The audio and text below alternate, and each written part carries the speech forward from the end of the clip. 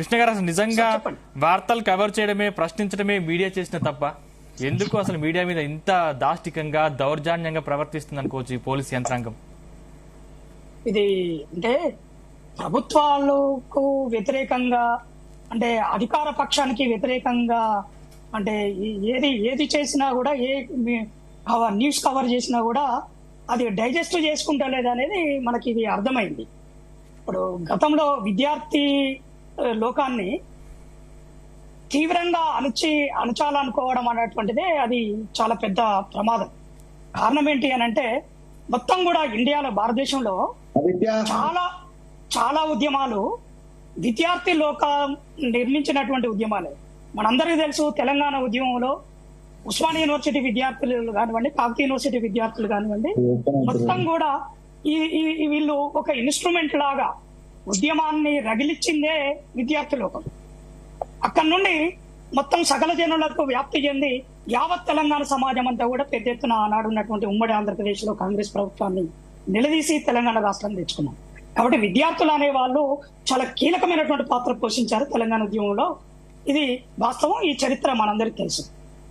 ఇంతకంటే ముందు ఉదాహరణకు ఈశాన్య భారతదేశంలో ఉన్నటువంటి అస్సాంలో ప్రఫుల్ల కుమార్ మెహతా విశ్వవిద్యాలయంలో ఉన్నటువంటి విద్యార్థి నాయకుడిగా ఎమర్జ్ అయ్యి అక్కడ ఒక రాష్ట్ర ప్రభుత్వాన్ని అధికారంలోకి తీసుకొచ్చినటువంటి పార్టీ, వాళ్ళ ఏజీపీ రాజకీయ పార్టీ ఏదైతే ఉందో అది అధికారంలోకి వచ్చింది. అంటే all India Assam students union నుండి ఎన్నికైనటువంటి విద్యార్థులే అక్కడ పెద్ద ఎత్తున పోరాటం చేసి వాళ్ళు రాష్ట్ర ప్రభుత్వాన్ని ఏర్పాటు చేసినటువంటి దాఖలాలు మనకు కనపడుతుంది. అందుకనే అట్లాగే మొన్నటికి మొన్న 10 సంవత్సరాలు బీఆర్ఎస్ ప్రభుత్వము కూల్చడంలో కూడా విద్యార్థి లోకమే కీలక పాత్ర పోషించింది అనేది మనందరికీ తెలుసు.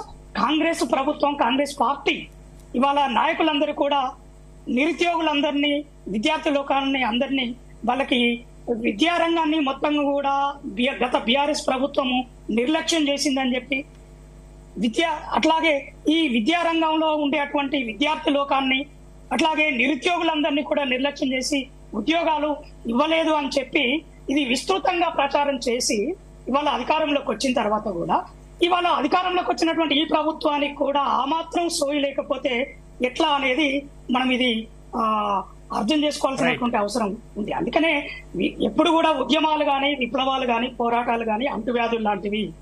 ఇది ఎక్కడో ఒక చోట జరిగితే ఇది అణచేస్తాం అనుకుంటే చాలా పొరపాటు. ఇది ప్రభుత్వాలకు తెలియంది కాదు, తెలంగాణ మేధావి వర్గానికి కూడా తెలియంది కాదు. అవి ఉద్యమాలు ఎప్పుడు కూడా అది అంటువ్యాధుల్లాగా ప్రబలిస్తూ ఉంటాయి. ఇవాళ ఉస్మానియా